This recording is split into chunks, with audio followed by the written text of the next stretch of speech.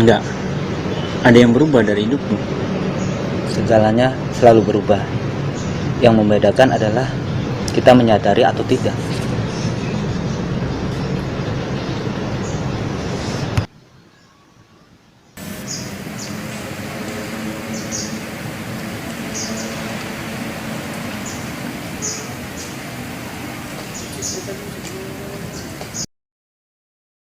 Hai, Hai. sehat semuanya? Sehat. Sehat. Lu masih aja hobi minum soda, Wo? Udah bawaan dia kali lah. Si Ade sama Udin mana? Oh, dia tuh nggak bisa kumpul, katanya sih sibuk. Oh gitu. Tadi juga Susan sempat SMS. Katanya dia nggak bisa. Sama kalian SMS juga? Iya, SMS.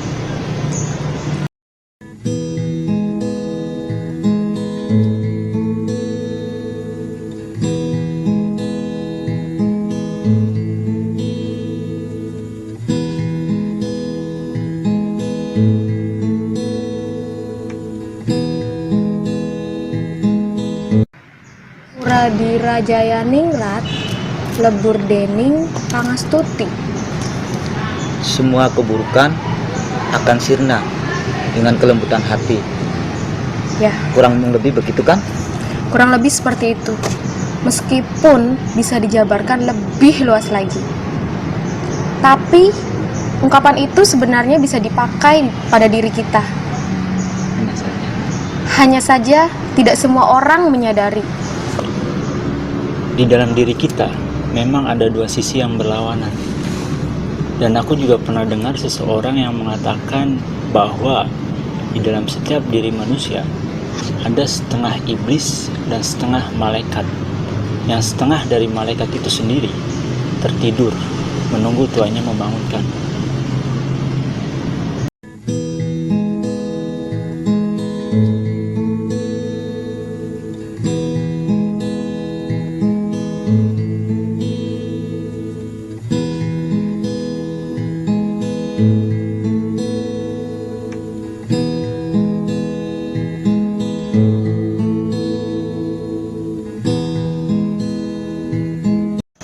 Maksud kamu manusia cenderung berbuat keburukan, Bu?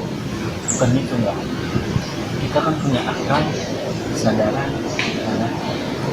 Dan semuanya itu harus seimbang. Ya, sedangkan keseimbangan itu bukanlah hal yang mudah.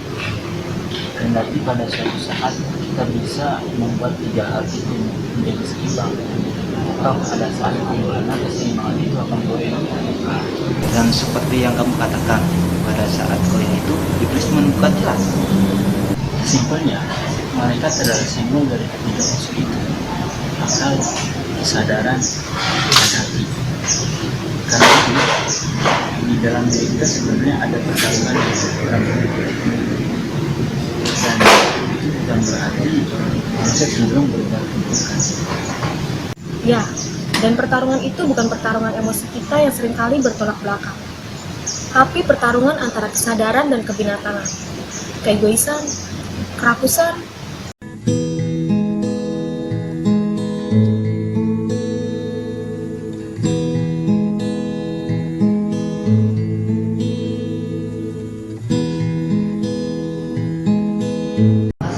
Karena itu, ketika seseorang merasa dirinya sendiri benar, sejatinya dia telah membiarkan dirinya sendiri kotor kembali. Dan karena pertarungan itu terus berlangsung tiada henti, kita juga perlu terus menggali pemahaman. Dengan begitu, secara tidak langsung, kita telah membuat ketiga unsur itu kembali pada posisi seimbang.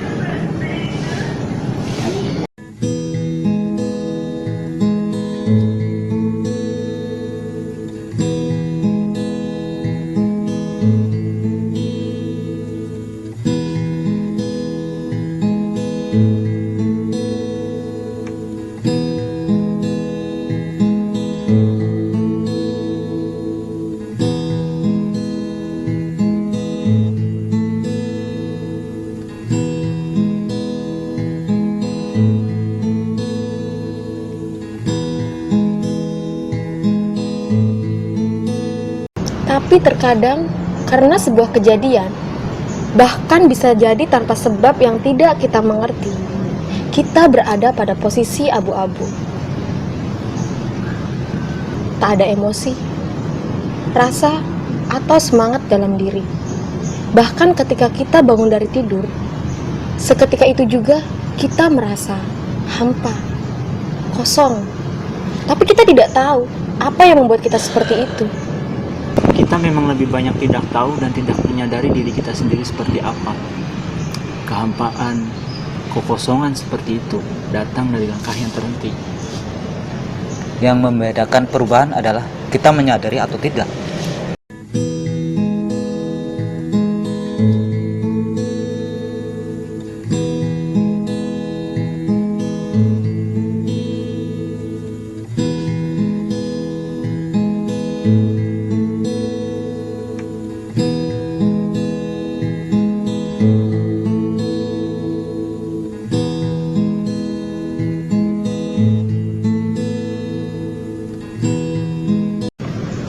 Sayangnya kenyataan lebih seperti yang Bowo katakan.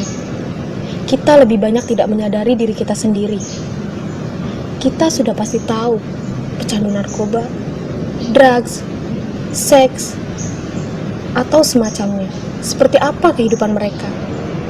Dan menurutku, hal itu berawal dari kekosongan atau kehampaan. Langkah yang terhenti. Mereka merasakan hidup mereka hampa, kosong, hingga mereka berpikir untuk mencari hal yang bisa memancing emosi atau kondisi jiwa yang menjadi berisi lagi. Tapi nyatanya, dari jalan yang mereka pilih, mereka malah menemukan kekosongan, kekeringan.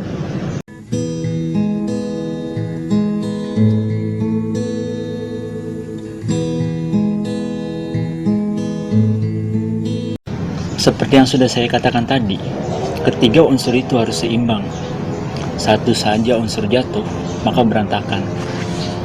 Dan langkah yang terhenti adalah kesadaran yang mampat. Salah satu dari tiga unsur itu telah jatuh. Nih, contohnya. Seperti dompet saya yang mampat. Loh, lihat kan? Loh, memang benar. Kebanyakan orang ketika menghadapi kondisi itu, pikiran mereka pusing. Dan itu menandakan kesadaran yang terhenti. Kesadaran bahwa hidup bukan hanya masalah uang. Bukan hanya uang yang bisa mengendalikan semuanya. Tapi ada hati yang bisa memegang kendali. Jadi, untuk mengembalikan orang yang tadi aku katakan kosong atau hampa itu, Hati. Tepat. Dari ketiga unsur itu, pasti ada satu unsur yang bisa memancing dua unsur lainnya untuk hidup kembali. Dan satu unsur itu adalah hati. Hati menjadi sesuatu yang membangkitkan sekaligus mematikan.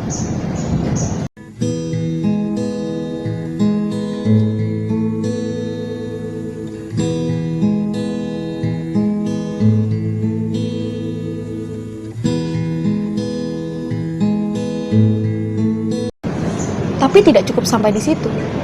Ketika hati kembali hidup, maka satu unsur ini perlu memacu unsur lainnya dengan menambahkan pemahaman dan menguatkan spiritualitas.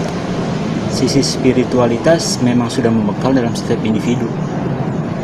Dan kita tidak hanya cukup dengan mengandalkan interaksi horizontal, tapi juga memerlukan interaksi vertikal, di mana diri kita bermula dan di mana diri kita berakhir. Karena dari situ sebuah kesadaran yang bisa menyanggah pemahaman.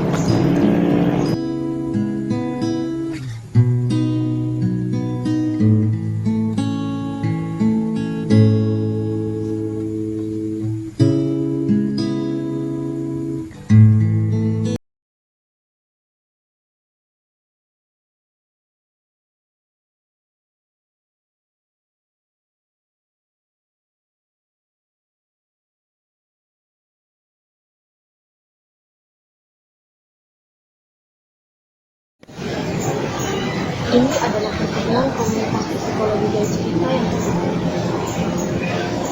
telah banyak sesuatu yang membuat kita berubah, termasuk merubah teman-teman kita yang dulu sering kumpul, sekarang nggak ada. Dunia emang terus berubah. Dan di sisi lain kita terus menghadapi pertarungan dalam diri kita sendiri tiada henti.